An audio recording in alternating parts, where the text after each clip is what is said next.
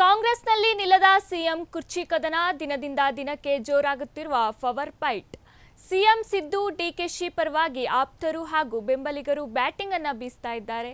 ಕಾಂಗ್ರೆಸ್ ಪಾಳೆಯದಲ್ಲಿ ನಿಲ್ಲದ ಅಧಿಕಾರ ಹಂಚಿಕೆ ಸಂಘರ್ಷದ ಕಿಡಿ. ಡ್ಯಾಮೇಜ್ ಕಂಟ್ರೋಲ್ಗೆ ಅಖಾಡಕ್ಕೆ ಇಳಿಯುತ್ತಾ ಹೈಕಮಾಂಡ್.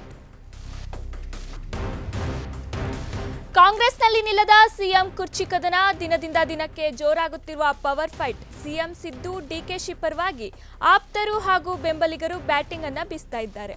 ಕಾಂಗ್ರೆಸ್ ಪಾಳೆಯದಲ್ಲಿ ನಿಲ್ಲದ ಅಧಿಕಾರ ಹಂಚಿಕೆ ಸಂಘರ್ಷದ ಕಿಡಿ. ಡ್ಯಾಮೇಜ್ ಕಂಟ್ರೋಲ್ಗೆ ಅಖಾಡಕ್ಕೆ ಇಳಿಯುತ್ತಾ ಹೈಕಮಾಂಡ್ ಅನ್ನುವಂಥ ಪ್ರಶ್ನೆ ಎಲ್ಲರಲ್ಲೂ ಸಹಜವಾಗಿ ಕಾಡ್ತಾ ಇರುವಂಥದ್ದು.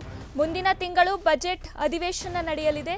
ಈ ನಡುವೆ ಫಾರಿನ್ ಟೂರ್ ಹಾಗೂ ರೆಸಾರ್ಟ್ ರಾಜಕಾರಣ ಜೋರಾಗಿ ನಡೀತಾ ಇದೆ. ಇದೆಲ್ಲದರ ಬಗ್ಗೆ ವರದಿ ಕೇಳಿರುವ ಕಾಂಗ್ರೆಸ್ ಹೈಕಮಾಂಡ್ ನಾಯಕರು, ಪರಿಸ್ಥಿತಿ ಹೀಗೆ ಮುಂದುವರೆದ್ರೆ ಹೈಕಮಾಂಡ್ ನಾಯಕರ ಮಧ್ಯೆ ಪ್ರವೇಶ ಆಗುತ್ತೆ.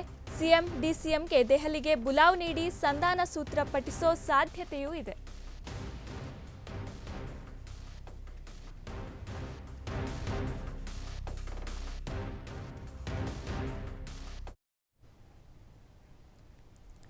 ಕಾಂಗ್ರೆಸ್ನಲ್ಲಿ ಮುಖ್ಯಮಂತ್ರಿ ಸ್ಥಾನಕ್ಕಾಗಿ ನಡೆಯುತ್ತಿರುವ ಪೈಪೋಟಿ ದಿನದಿಂದ ದಿನಕ್ಕೆ ಹೆಚ್ಚಾಗ್ತಾನೆ ಇದೆ.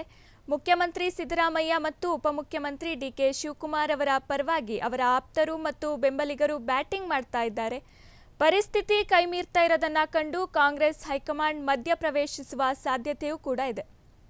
ಮುಂದಿನ ತಿಂಗಳು ಬಜೆಟ್ ಅಧಿವೇಶನ ನಡೆಯಲಿದ್ದು, ಅದಕ್ಕೂ ಮೊದಲು ದೆಹಲಿಗೆ ಬುಲಾವ್ ನೀಡುವ ಸಂಧಾನ ನಡೆಸುವ ಸಾಧ್ಯತೆ ಇದೆ. ವಿದೇಶ ಪ್ರವಾಸ ಮತ್ತು ರೆಸಾರ್ಟ್ ರಾಜಕಾರಣದಂತಹ ಬೆಳವಣಿಗೆಗಳ ಬಗ್ಗೆಯೂ ಹೈಕಮಾಂಡ್ ನಾಯಕರು ವರದಿ ಕೇಳಿದ್ದಾರೆ ಎನ್ನಲಾಗ್ತಾ ಇದೆ.